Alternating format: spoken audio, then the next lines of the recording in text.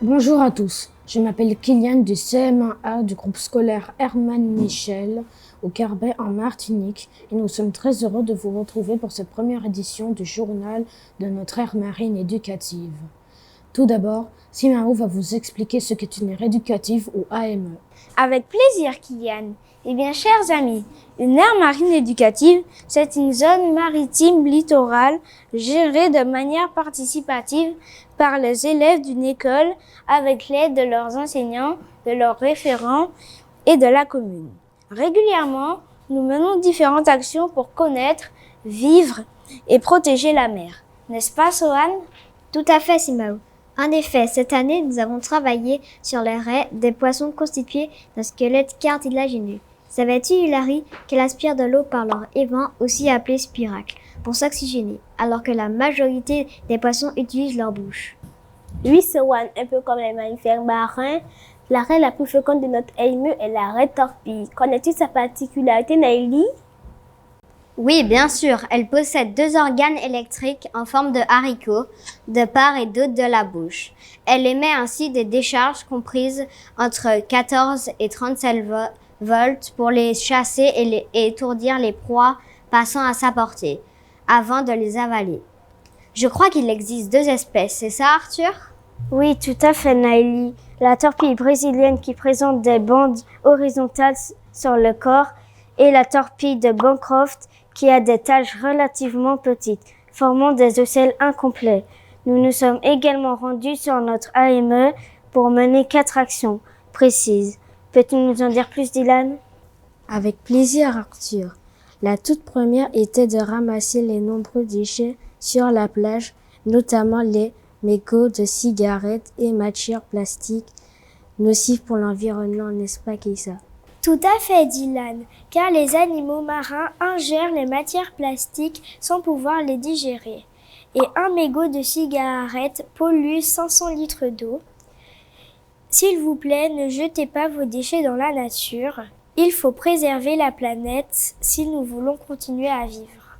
C'est bien vrai, Keïssa. La deuxième action a consisté à résoudre 3 défis scientifiques pour comprendre comment les poissons montent et descendent dans la colonne d'eau grâce à la compressibilité des gaz, comment éviter d'avoir de la buée dans le masque de plongée grâce à la tension superficielle de l'eau, comment le changement climatique et l'acidification des océans impactent les coraux.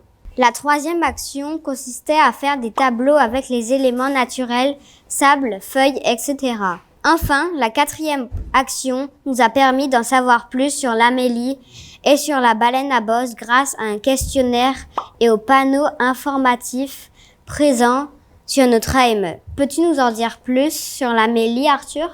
Bien sûr, Naïli. Chaque année, de nombreux plongeurs visitent l'épave de l'Amélie en 3-mâts barque qui a coulé en 1902 en raison d'une voie d'eau irréparable avant l'éruption de la montagne Pelée. Kylian, peux-tu donner des exemples de choses que nous avons appris sur la baleine à bosse? Avec plaisir, Arthur. Elle mesure 15 mètres et se nourrit de zooplancton. Grâce à ses fanons, elle fréquente les eaux martiniquaises de décembre à juin.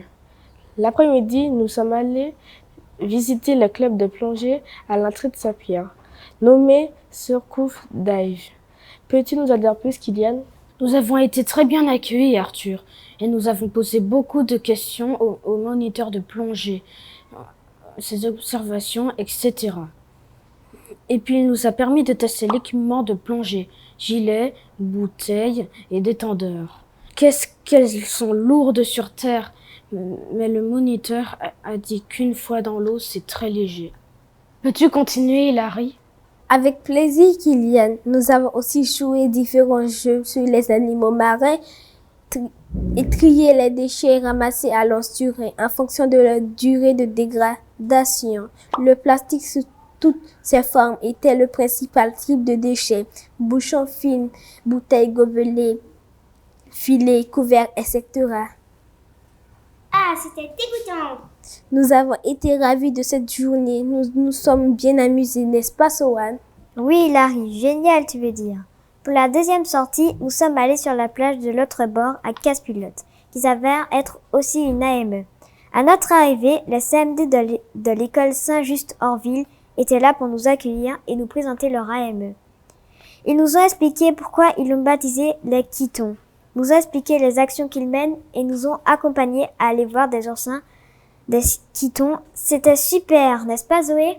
Nous avons observé de nombreux poissons, des demoiselles, des chirurgiens, des pisquettes, des trompettes, des marignans, des gorettes, des girelles, des papillons, un diodon, mais aussi des éponges, des coraux durs, des gorgognes, éventails et plumes, des oursins, un poulpe, une limace de mer, des sabelles, du corail de feu et une prairie sous-marine. Tu peux nous parler des autres activités Keïssa? Bien sûr, Zoé.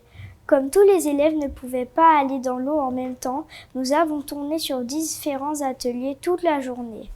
Jeux de plage, volleyball, jeux de raquettes, etc. Jeux pédagogiques sur la biodiversité, fabrication des crabes en origami, test de la qualité de l'eau, dessiner le paysage. Je laisse maintenant la parole à Sohan pour la conclusion. Cette année a été très riche en événements. Ce n'était pas cool, mais super cool. Voilà, c'est terminé pour cette fois. Nous espérons que vous avez apprécié notre intervention. À l'année prochaine. Vive la mer, vive notre AME!